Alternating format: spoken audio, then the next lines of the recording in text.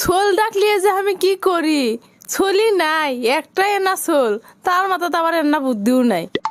ছোট থাকতে মানুষেরা করছিল যে বড় হলেই ঠিক হয়ে যাবি, এখন দেখি যতই দিন যাচ্ছে ততই খালি উল্টো পাল্টা বুদ্ধি আসিচ্ছে ওর মাথার মধ্যে। সেই বেনা বাড়ির থেকে বের হয়ে গেছে, আজ না লাগলে বাড়িতে আসে না, সারাদিন কুটিবেন কি করে আল্লাহ জানে। আমার বাপ যে কি বোঝে, গরু পালে কিন্তু গরুর কোনো যত্নই নেয় না। আচ্ছা গরু কি মানুষ লয়? দিন নিন্দর থেকে ওঠার সাথে সাথে আমার সাথে চিল্লি চিল্লি শুরু করে, এ দাঁত বেরাস কর, দাঁত বেরাস কর। গরুক তো একবারও কয় না। আর আমি তো গরুর সামনে যাবারই পাই না।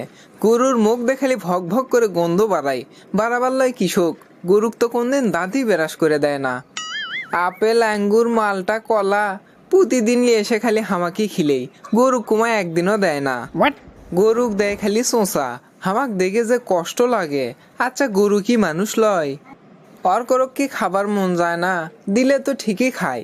আমি আব্বা কিছু করলেই কয়, এই পাগলা, গরুক কোনদিন মানুষ আপেল আঙ্গুর খিলেই? গরুর দুধ ছগলি ঠিকই খায়, কিন্তু গরুর যত্ন নেওয়ার নামে কোনো নাম নাই। 2 দিন 3 দিন পর দেয় গরু গাও ধুয়ে, এগলেন কি আর ভাল লাগে? আব্বা যে আমার কোনো কথাই শুনে না। গরু গাও ধুয়ে দেওয়ার সময় না শ্যাম্পু দিয়ে দিবের কই, তাও দেয় না। হামা করে গরুটা সেই ভদ্র, গরুর গায়ের ওপর উঠে আমি চুপ করে বসে থাকি, তাও কিছুই কয় না। আর গরুর ছোলের সাথে তো আমার সেই বন্ধুত্ব হয়ে গেছে। যাই দোস্তর জন্য কয়েকটা সুইং গাম নিয়ে যাই দোকানের থেকে। না, এই ছোল লাগলিয়ে তো আর পারি নে। এত উল্টা পাল্টা কাম করলে কি মেজাজ ঠিক থাকে? গরুর বাছুর হকবেন কডি সুইং গাম খিলেছে, বাছুর আমার মুখই খুলের পাচ্ছে না। কয়েকদিন আগে গরু খেলেছিল আইসক্রিম, গরু তো ঠান্ডা লাগে মরে যাবার ধরছিল। না, এগুলো তো আর সহ্য করা যায় না। আজকে খালি বাড়িতে সুখ, কুবে মানুষ বানামু। মাথাত কোনো বুদ্ধি নাই, কিন্তু দুনের উল্টা পাল্টা বুদ্ধি দিয়ে মাথা ভরা। এই ছোলের কর্মকাণ্ড দেখে আমি হাসবো না কান্দেমু কিছুই বুঝতে পারছি না। আব্বা, আজকে কালুক 13টা সুইংগাম খেলেছি জানো, খাইতে মনে হয় মিষ্টি লাগছে, কি সুন্দর করে খাইলো। কে রে, আমি কি তো কছি গরুক সুইংগাম খেলে বের? তুই যে গরুক সুইংগাম খেলেছো, গরু এখন মুখ খুলের পাচ্ছে না, যদি মরে যায় তাহলে কি হবি? কি কও আব্বা, গরু মুখ খুলের পাচ্ছে না? তাহলে মনে হয় সুইংগামের আটা দিয়ে মুখ আটকে গেছে। এক কাম করা লাগবে এখন, হামা করে পানি তোলা মেশিনের যে মোবাইল নাই, ও কি খিলেলি গরুর মুখ ক্লিয়ার হয়ে যাবি। এ তুই থাম তো, তুই আর কোনো কথা কস নে। তোর কথা শুনে কিন্তু আমার মন মেজাজ খারাপ হয়ে যাচ্ছে। উল্টা পাল্টা কিছু যদি আর কোনোদিন গরু খিলেস, তাহলে তো গাছের সাথে টাইঙ্গে তুই কোবামু। কে রে, তাই বলে তোর মাথাত কোনো বুদ্ধি নাই? তুই আমাক প্রত্যেক দিনই কোষ গরু কি মানুষ লয়? সেই জন্য তুমি আমাক মারলে। আমি তো ঠিকই কইছি গরু কি মানুষ লয়। গরু চুইংগাম খিলালে যে মুখ বন্ধ হয়ে যাবি, আমি কি সেটা জানিচ্ছি নু? আমি এত চুইংগাম খাই, কোনদিন তো আমার মুখ বন্ধ হলো না। গরুর মুখ বন্ধ হয়ে গেছে, তা আমি কি করবো? আর আমি ভুল কি করছি তাই যে আমার গরু খাওয়ার মন যায়, গরু কি খাওয়ার মন যায় না?